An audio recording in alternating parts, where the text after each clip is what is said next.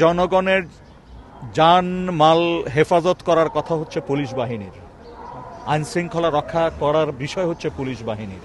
কিন্তু গত কয়েকদিন যে ঘটনা আমরা পর্যবেক্ষণ করছি বা এই ধরনের ঘটনা তো আমরা প্রায় দেখছি, সেখানে মনে হচ্ছে যে পুলিশ বাহিনী তার যে নীতি আদর্শ সেই জায়গা থেকে তাদের বিচ্যুতি ঘটেছে এবং এই বাহিনীটিকে আসলে এখন ভাবতে হবে যে এই বাহিনীকে ঠিক তাদের নিয়ম নীতির মধ্যে আনার জন্য কি করা যায়। আসলে কালকে রাতে আমাদের অপরিচিত দুজন লোক আসছিল।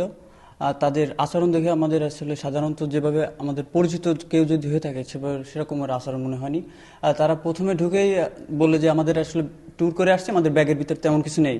ইভেন তারা ব্যাগটা বারবার খুলতেছিল। আর একটা বিষয় হচ্ছে রাব্বি ভাইয়ের বিষয়ে বর্তমানে তো সবাই সবকিছু জানে। তারা একটা কথা বলছে, ভাই আপনি কি মুসলমান? তাহলে আপনি, রাব্বি ভাই বললো যে হ্যাঁ আমি তো মুসলমান। তাহলে রাতে 2 রাকাত নামাজ পড়ে নিয়েন, তাহলে ভালো লাগবে এরকমের। আসলে তাদের আচরণ দেখে আমরা যা বুঝলাম আর কি, তারা আমাদের উপর একটা প্রেশার ক্রিয়েট করা